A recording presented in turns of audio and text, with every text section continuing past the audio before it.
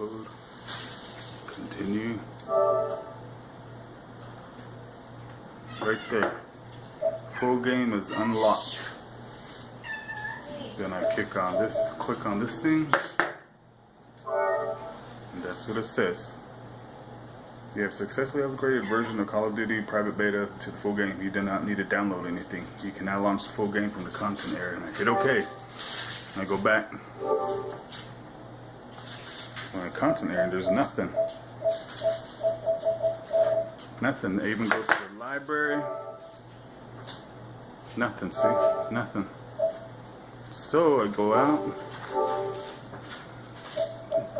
So I click on the beta just for the hell of it. Okay.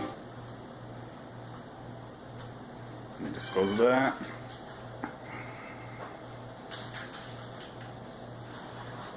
Come on, hurry up. This video's taking too long.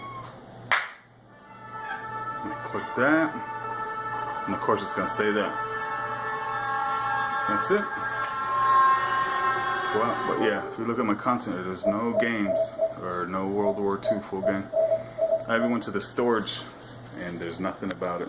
That's it.